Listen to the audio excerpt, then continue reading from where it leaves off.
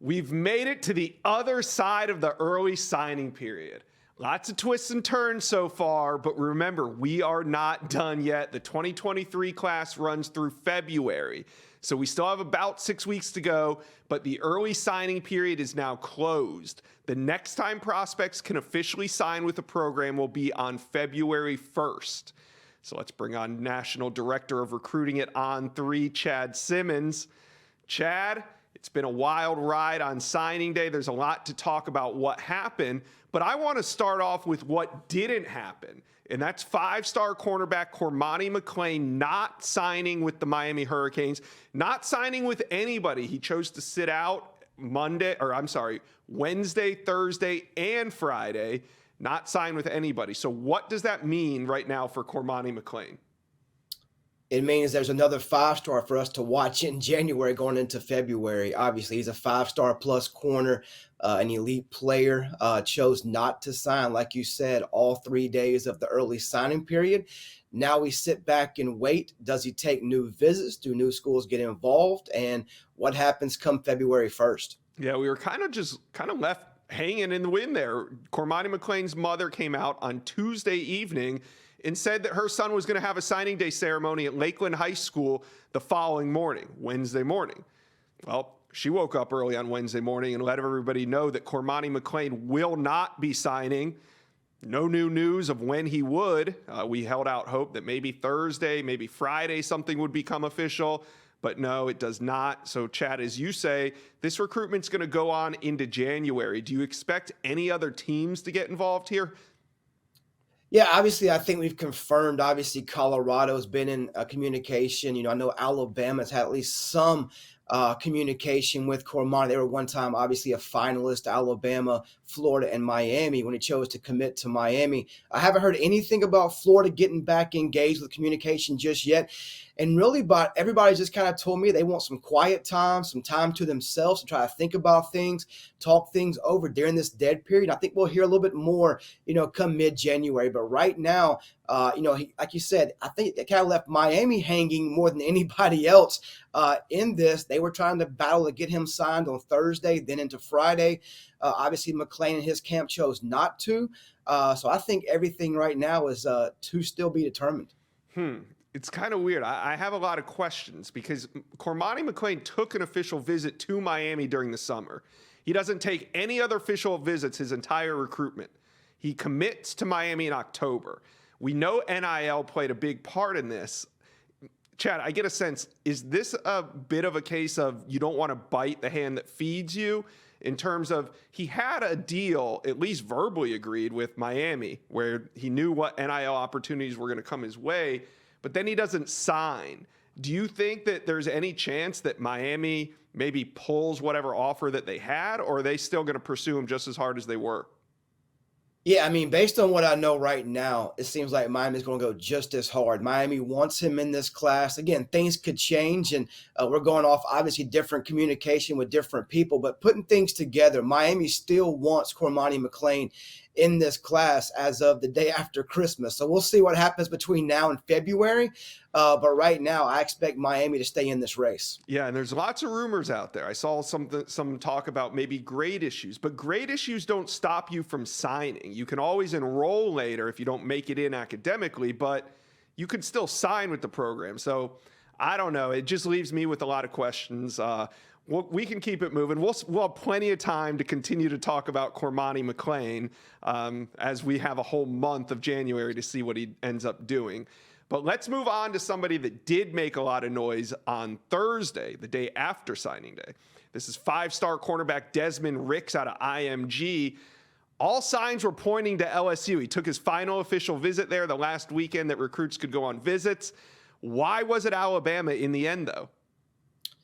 Ricks himself came out and said it came down to player development, just him trusting Bama, I guess, the most to prepare him to play what he hopes for is on Sundays down the road. I mean, he mentioned himself that it came down to Alabama and LSU, a very tight race, and then late Bama pulled ahead because of that connection with T-Rob. I think it goes back even deeper to Nick Saban's defensive back history. He believes in that staff and what Bama's done over the years. They're, I guess, track record of the developing guys at his position specifically, getting ready to get paid to play football in the NFL. All right, so Desmond Ricks goes to Alabama the day after signing day. Another big-time prospect made his commitment on Friday. That was five-star defensive lineman David Hicks, the #1 defensive lineman in America. He ends up signing with Texas A&M, the team that he was committed to. This is one that we were watching. It could have gone Oklahoma. It could have gone Oregon, and Oregon was red hot. It looked like, hey, they might line up David Hicks and get him on Friday, but instead, Jimbo keeps Hicks home. What was the key to signing him? I think one big key was getting him on campus last. They got the last official visit before signing day, and I was hearing everything coming out of that OV to College Station that this one was a wrap. Yeah, there was still some buzz around. Could he flip to Oklahoma? Like you said, Oregon, Josh, was red hot that day on Wednesday. There was some buzz around the Ducks. He was there just a few weeks prior on an unofficial visit as well. But I was told everything coming out of that OV pointed towards Hicks staying with A&M in this class. I think in the end, they got it done just from the relationships. I think NIL was a factor there. Him staying home close to his family, I think all factored in for A&M holding on and holding off Oklahoma and Oregon. It always comes down to the very end. In the very end for five-star safety Peyton Bowen, well, there was two ends. One end came on signing day when Peyton Bowen flipped his commitment from Notre Dame to Oregon, and that was a big part of the storyline on signing day was Oregon flipping Peyton Bowen from Notre Dame. They did flip him, but Chad, they didn't sign him. Peyton Bowen did not sign on Wednesday when he announced his commitment. Things kind of took another day, and then on Thursday, he signs with Oklahoma Sooners. So what happened from Wednesday to Thursday for Peyton Bowen to flip his commitment once again?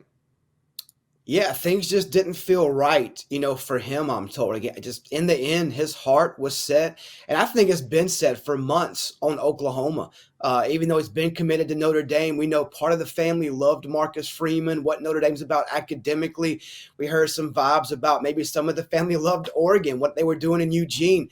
But I think Peyton himself really liked Oklahoma for what they are, the people there, Jay Valai, Brent Venables, that staff. And I think in the end, he had to hold some people off in his circle to kind of do what he wanted to do and what he felt best about. And that ended up being Oklahoma. Yeah, we learned a valuable lesson for people that are just now starting to watch recruiting. A commitment doesn't mean the end of it. It takes a signed NLI faxed into the school for it to become officially official. And we saw that with Peyton Bowen. Don't fall for the fake. Let's recap the top 10 rankings since we're here. We got Alabama with a stranglehold on the #1 spot. We got Georgia at 2. We have Texas in the 3 spot. Miami settles in at 4. Ohio State 5. Oklahoma, LSU, Notre Dame 6, 7, 8. And then rounding out the top 10, Oregon and Florida. Now, these are not the final 2023 rankings. These are just the rankings after the early signing period. Right outside the top 10, we got Clemson, Tennessee, and USC. 3 teams that would love to find themselves inside that top 10 come February. Chad, does anybody have a chance to make a move inside the top 10 between now and February 1st? Yeah, I think the one to watch for sure, Josh, is USC. Obviously, we know 5-star tight end, the #1 tight end in the country, Deuce Robinson from Pinnacle High School in Phoenix, Arizona, will not announce his decision until February 1st. USC was long thought to be the front runner. They're still very much in this, I think, with Georgia and Texas. We'll see who he takes that 5th and final OV to in January as well. Then another in-state kid, cornerback, 4-star, Roderick Pleasant from Gardena Sarah High School. Right there, he's been to USC numerous times. He knows a lot of those commitments. So I think those are 2 guys alone to watch. And if they was to land, both those guys could shoot those Trojans up into the top 10. Yeah, Oregon and Florida, watch out. I mean, Oregon was such a story. They moved from 14 to 7. Now they're sitting at 9 with the flip of Peyton Bowen. What a wild ride for Duck fans, but currently sitting at number 9 inside that top 10. Chad, the 23 cycle's almost over. It's time to look ahead to 2024. So this is a good time. Chad, give me 4 names for 24 that you're tracking. Obviously, we can go with Dylan Raiola. Obviously, a 5-star quarterback. He obviously just recently made headlines decommitting from Ohio State. An elite player, an elite talent. Some people I trust call him the best quarterback out of 23 or 24. So we know that he'll be a coveted talent. And I think a couple of schools to watch early: Georgia, USC, and of course Nebraska. He's Nebraska legacy. Uncle coached there, dad played there. A lot of ties to the Cornhuskers as well. I think KJ Bolden is also an elite talent. He's a guy that's a versatile athlete. Some schools like him at safety, some wide receiver. I think the big 3 to watch there early on: Alabama, Georgia, and Ohio State. JoJo Trader just announced on Christmas night his top 5 schools. Florida, Florida State, Miami, Ohio State, and Tennessee are the 5. He's been to all those schools outside of Tennessee. And I think it just tells you right there what Tennessee did this season on the field made a big impression on the South Florida talent, JoJo Trader. But I think the school to watch early is probably Ohio State. His close friend and teammate, Jeremiah Smith, already committed to the Buckeyes. Then 5-star corner for us on 3, Ellis Robinson, came down from New York to IMG Academy, has blossomed to one of the best players in the country. He'll name his top 5, he announced, on January 1st. I think 2 schools to watch extremely early in this race are Alabama and Georgia. He's from the North. I think he'll stay in the South when all's said and done. And it could be one of those old-fashioned battles between Nick Saban and Kirby Smart.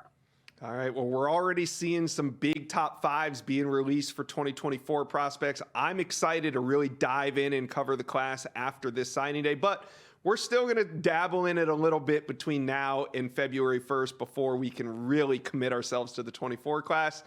Chad, thanks for joining us on the Inside Scoop. Where are you headed next?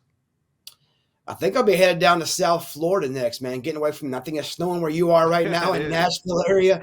It's been, 10 degrees in Atlanta the last couple of days. I'll be heading to South Florida, man, to kick off the 7-on-7 circuit here pretty soon, early in January. All right, you know it. All right, Chad, thanks for stopping by the Inside Scoop. We'll see you soon. Thank you for watching. Make sure you smash that subscribe button for me. And remember to check out all the videos on the On3 YouTube page.